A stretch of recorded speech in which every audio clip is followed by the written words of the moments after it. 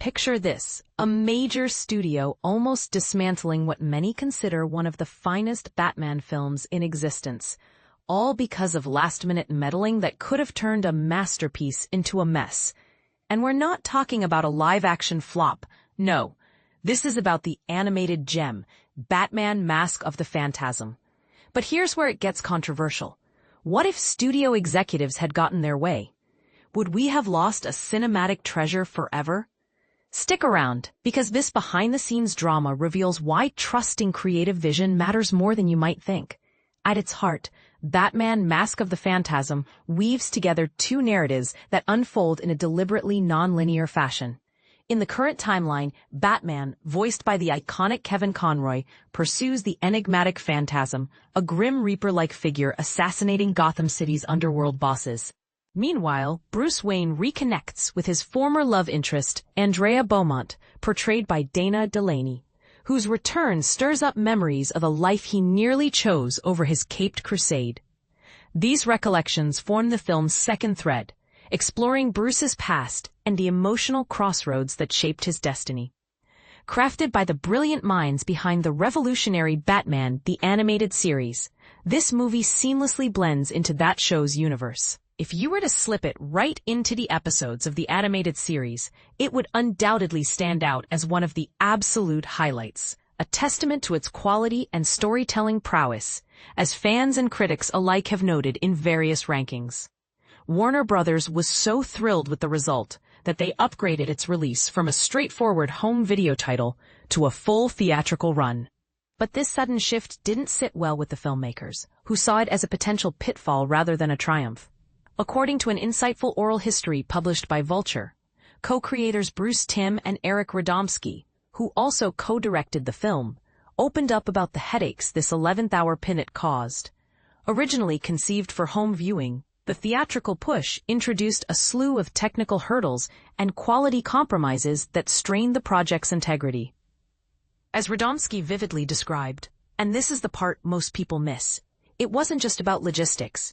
It meant opening the door to a flurry of additional Warner Brothers executives, each with their own opinions on how to improve the film. One such idea? Recutting the entire movie to follow a strict chronological sequence, because the interwoven flashbacks were deemed too confusing for audiences. Timm and Radomski were floored by the suggestion. As Timm recounted to Vulture, they pushed back hard. "You've gotta be kidding me. That's going to kill the movie. That means Batman won't show up until a half hour into the movie." When they tested this reordered version in screenings, it was painfully clear that Warner Brothers had tampered with a perfectly engineered narrative. The original structure was preserved for release, and while it didn't dominate the box office, it cemented its status as a timeless classic in the Batman canon. To better grasp the stakes, consider how Batman: Mask of the Phantasm mirrors the approach of the live-action Batman Begins. In that film, directed by Christopher Nolan, we see an adult Bruce Wayne, played by Christian Bale, honing his skills as a vigilante, punctuated by flashbacks detailing the trauma of his parents' murder and his transformation into the Dark Knight. Sound familiar? Bruce doesn't don the cape and cowl as Batman until well over an hour in, the very pacing that Timm and Radomski feared would doom their movie. Yet for Batman Begins, this delay works brilliantly because the core premise is unveiling Bruce's journey to becoming Batman. Nolan and his team gambled that viewers would stay engaged by the compelling origin story, and they were right, as explained in analyses of the film's deliberate timing.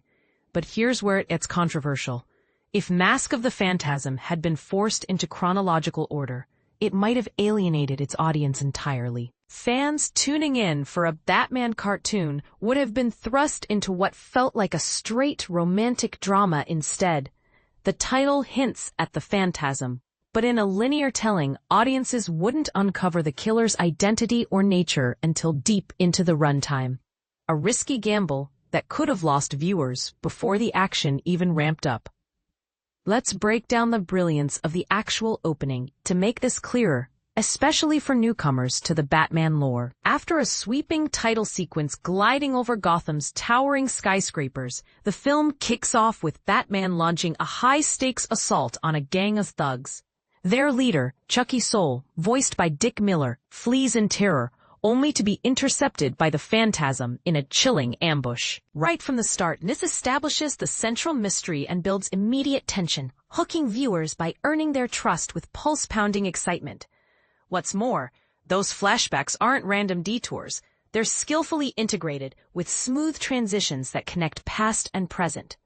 For instance, an early moment at a lively party shows Bruce surrounded by admirers, highlighting his status as a charming yet unattainable playboy.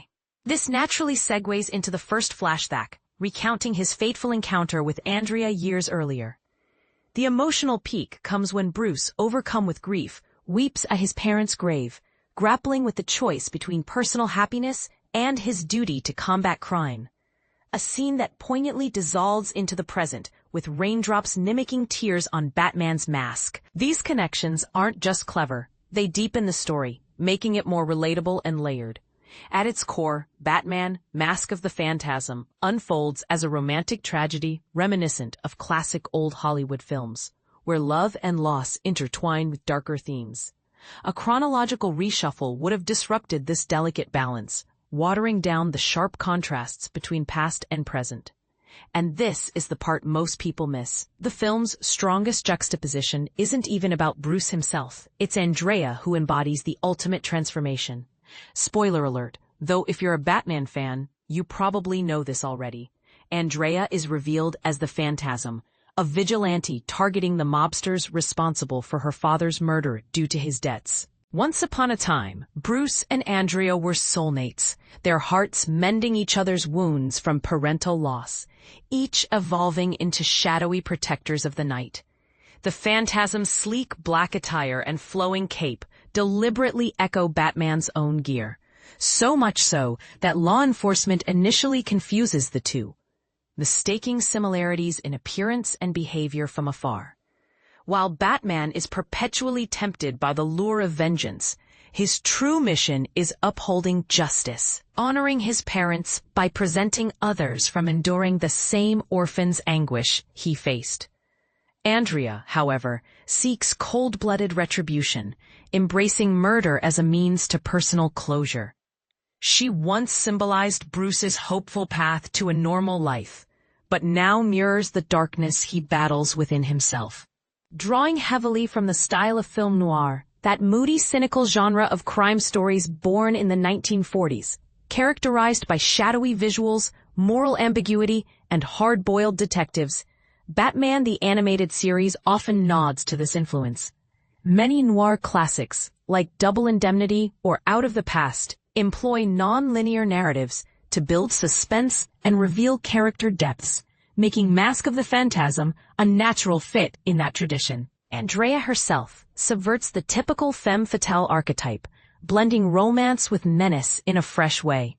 To illustrate the bittersweet romance at the heart of Bruce and Andrea's story, consider Humphrey Bogart's film noir masterpiece, In a Lonely Place. It depicts a man's volatile temper and suspicions ruining his relationship with his lover, ending on a haunting note that could easily summarize the doomed love between Batman and Andrea. I was born when she kissed me. I died when she left me. I lived a few weeks while she loved me. So, what do you think? Was Warner Brothers' interference a near-miss disaster? Or could a chronological version have worked in a different way? Do you believe studios should defer to creators on storytelling choices? Or is executive input sometimes the spark that elevates a project? And here's a controversial twist to ponder. In an era of binge-watching where non-linear plots are everywhere, is Mask of the Phantasm's structure ahead of its time, or just a fancy gimmick that might confuse modern audiences? Share your opinions, agreements, or disagreements in the comments. Let's debate the fine line between innovation and meddling.